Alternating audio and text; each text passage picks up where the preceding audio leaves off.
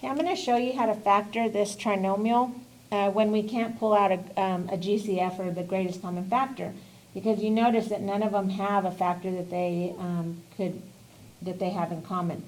So what I will refer to is this general form of a quadratic equation, which is ax squared plus bx plus c. I need you to know that form because in this particular problem, there's a 1 here, and that 1 is going to be our a. Our b will be this 12, and our c is going to be 32. Okay, so that's what I'm going to be referring to in this problem. So what I'm going to do is use the box method because you seem to have done well with that during our classes. Okay, not the perfect box, but that's okay. So the way this will be done is I'm going to take my first term and place it here in this upper left-hand box. I'm going to take the last term and place it in the lower right-hand box.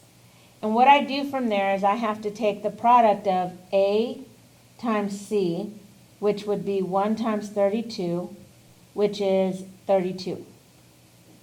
So the reason why that number is important is because I then find the factors of 32, which are 1 times 32, 2 times 8 times 16, and not 3, but 4 times 8. Okay, and I think that's it. So what we have to do is we have to find out of all those factors which multiply to give you a times c, which ones will add up to give us the value of b. So we want these two to add up to be 12. Okay, so let's see, 1 plus 32 gives you 33, so we know that's not the pair that we need. 2 plus 16 would give us 18. So that's not the pair. And then 4 plus 8 would give us 12.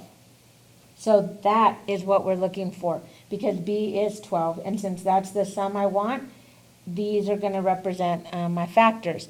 Now the way we write that is like this. Since 4 is positive, we're going to write in this box 4x.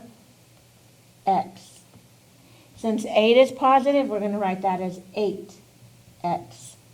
Okay? So once we do that, we now can write this out in factored form. So how could I get x squared? Well, the only way you can get that is by doing this, x times x. So we're going to work backwards. How would you get 8x? Well, if this is already x, then we know we have to multiply this to 8, because now 8 times x would be 8x. Now, how do we get 4x? Well, we already have an x term, so we would have to put a 4 here, because x times 4 gives us 4x. See how we're working backwards? And then look, 8 times 4 gives you positive 32. So by working backwards, you have your factored form now. So x squared plus 12x plus 32 is equal to x plus 4 times x plus 8. And that's how you factor.